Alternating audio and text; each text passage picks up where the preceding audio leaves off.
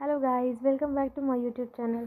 आज मैं आप सभी को बीए के 5th सेमेस्टर के ज्योग्राफी का पेपर 1 जो कि रीजनल ज्योग्राफी है उसके बारे में आपको कुछ क्वेश्चंस कराने वाली हूँ जो कि मेरे पेपर में आ चुके हैं। तो चलिए चलते हैं। तो देखिए, इसमें नोट दिया होता है तो आप पढ़ सकते हैं इसको। मैंने तो आज तक कभी ना पढ़ा ये नोट। तो चलिए चलते हैं सेक्शन ए की तरफ। तो हम लोग आ गए हैं सेक्शन ए की तरफ। इसमें आपको 5 क्वेश्चन दिए होते हैं जिसमें से आपको इनमें से किन्हीं 3 क्वेश्चन का आंसर देना होता है। तो चलिए चलते हैं पहले क्वेश्चन की तरफ। तो पहला क्वेश्चन हमारा ये रहा, प्रदेश को परिभाषित कीजिए। तो आपको जैसे इसमें कुछ आता है तो इसमें आपको कम से कम 50 शब्द लिखने होंगे, तभी आपको इसके पूरे नंबर मिलेंगे। ये जो क्वेश्चन होते हैं इनमें आपको 3 मार्क्स मिलते हैं एक क्वेश्चन के। तो चलिए चलते हैं दूसरे क्वेश्चन की तरफ। दूसरा क्वेश्चन हमारा ये रहा, पर्यावरण नियोजन के बारे में। तो आप इनके बारे में जो भी जानते हो उसमें उसको आपको लिखना होगा। तो चलिए चलते हैं तीसरे क्वेश्चन की तरफ। तो ये रहा हमारा तीसरा क्वेश्चन। तीसरा क्वेश्चन हमारा ये रहा कि आर्थिक वृद्धि से आप क्या समझते हैं। और चौथा क्वेश्चन ये रहा, कर्मोपलक्षी प्रदेश क्या होता है, आपको इसके बारे में लिखना है। और अब हमारा पांचवा क्वेश्चन ये रहा, प्रसार प्रभाव के बारे में। तो आपको अगर इनमें से किन्हीं 3 क्वेश्चनों के आंसर आते हैं तो आपका खंड ए पूरा कंप्लीट हो गया। तो चलिए चलते हैं सेक्शन बी की तरफ। सेक्शन बी, तो इसमें आपको कितने 7 क्वेश्चन दिए होते हैं और इसमें आपको 4 क्वेश्चन का आंसर लिखना होता है। तो चलिए चलते हैं पहले क्वेश्चन की तरफ।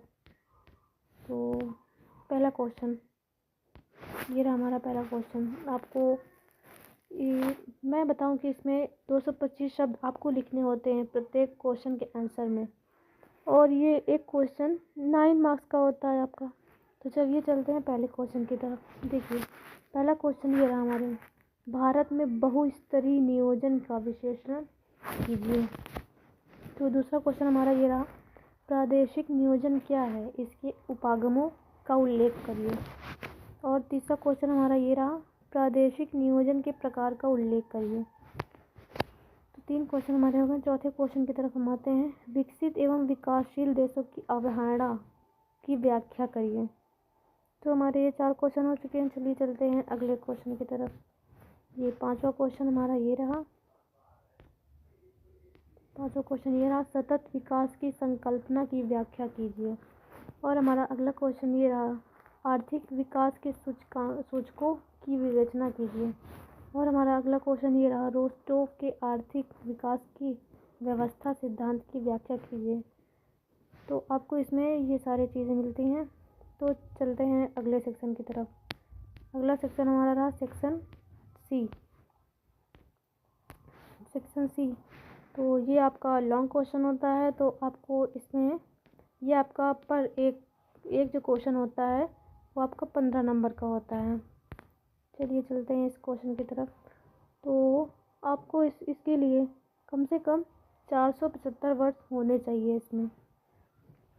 ये आपका एक क्वेश्चन 15 नंबर का होता है। इसमें आपको 4 क्वेश्चन दिए होते हैं, इनमें से आपको 2 क्वेश्चन का आंसर लिखना होता है। तो चलिए चलते हैं पहले की तरफ। तो पहला इसमें आया है कि प्रदेश क्या है, प्रादेशिकरण के आधारों की व्याख्या कीजिए। और दूसरा क्वेश्चन हमारा ये रहा कि भारत में प्रादेशिक नियोजन की आवश्यकता की विवेचना कीजिए, या तो मतलब इसकी व्याख्या करिए। तो हमारा तीसरा क्वेश्चन ये रहा कि भारत में पंचवर्षीय योजनाओं का विश्लेषण कीजिए। ये रहे हमारे 3 क्वेश्चन। चलते हैं अगले क्वेश्चन की तरफ। अगला क्वेश्चन हमारा ये रहा, पेरॉक्स के विकास ध्रुव मॉडल की व्याख्या कीजिए। तो मैं आपको बताऊं कि ये सबसे इम्पॉर्टेंट क्वेश्चन है, जो कि मैं तो पढ़ के गई थी। मैंने पूरा इसका कम से कम मैंने इसमें 4 पेज लिखे थे। तो आई होप कि आप सभी का एग्ज़ाम भी अच्छा जाएगा। तो आप सभी को आने वाले एग्ज़ाम के लिए ऑल द बेस्ट। वैसे मैं बताऊं कि ये जो पेपर है इसमें का सिलेबस जो होता है, मैं आपको अगर आपको इसमें का सिलेबस चाहिए या तो आपको इसी सिलेबस से कुछ रिलेटेड क्वेश्चंस हैं तो आप अगर चाहें तो मुझे कमेंट करिएगा, मैं इसका कुछ आंसर लेकर आऊँगी और आप सभी को बताऊँगी। तो थैंक यू आप सभी के वीडियो देखने के लिए। और अगर आपको ये वीडियो पसंद आया हो तो लाइक करिएगा और अपने फ्रेंड के साथ शेयर करिएगा। Thank you.